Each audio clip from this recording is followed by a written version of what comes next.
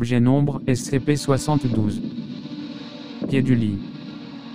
Classe, sûr. Procédure de confinement spéciale, tous les cas connus de SCP-72 doivent être contenus dans une cellule de détention de 3,5 mètres par 4 mètres. L'accès est autorisé uniquement pendant les procédures d'essai autorisées. Sans l'approbation préalable du chercheur en chef grand, aucun matériel créé dans le but d'être couché sur les lits ne doivent être introduits dans un voisinage de 15 mètres autour de la cellule de détention. Description: les instances de SCP-72 ont été découvertes dans un immeuble d'habitation à dans le Michigan, après la publication de rapports de médias locaux sur les effets de SCP-72 provoquant une panique locale qui a attiré l'attention de l'agent infiltré. SCP-72 est une projection du nombre translucide qui ressemble à une main de 0,9 m de long, les doigts se rétrécissent en une pointe lacérée.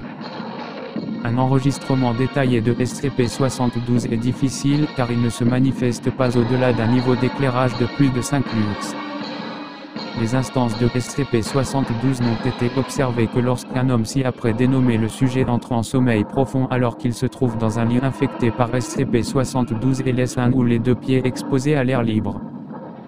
Si ces conditions sont remplies, SCP-72 sortira du pied du lit et semble utiliser son doigt pour taper le pied du sujet jusqu'à ce qu'il se réveille.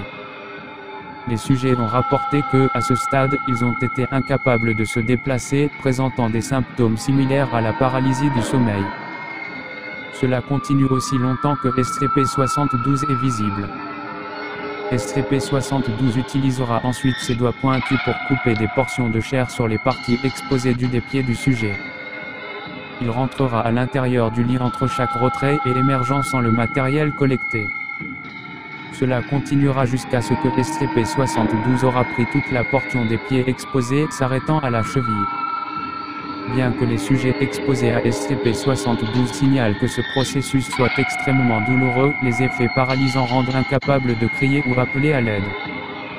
On ne sait pas si les manifestations de SCP-72 se nourrissent de la matière collectée ou les utilisent à d'autres fins. Tant que les blessures sont correctement traitées, les effets de SCP-72 ne sont pas mortels mais ont été observés pour causer des dommages psychologiques importants au niveau du sommeil.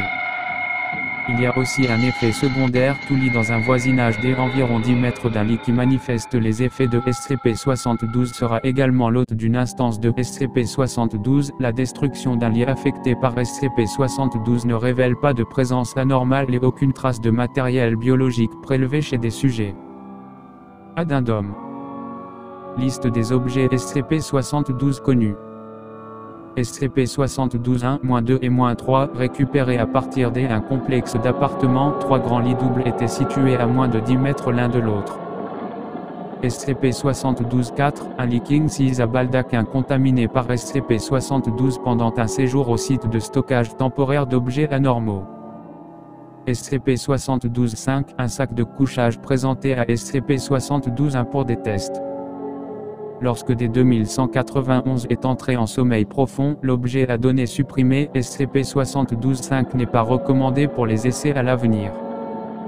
SCP-72-6 et -7, présenté à SCP-72-2, plus tard détruit pour un examen. Les vestiges de SCP-72-6 et -7 ne semblent pas être affectés mais doivent être contenus jusqu'à ce qu'ils soient complètement étudiés.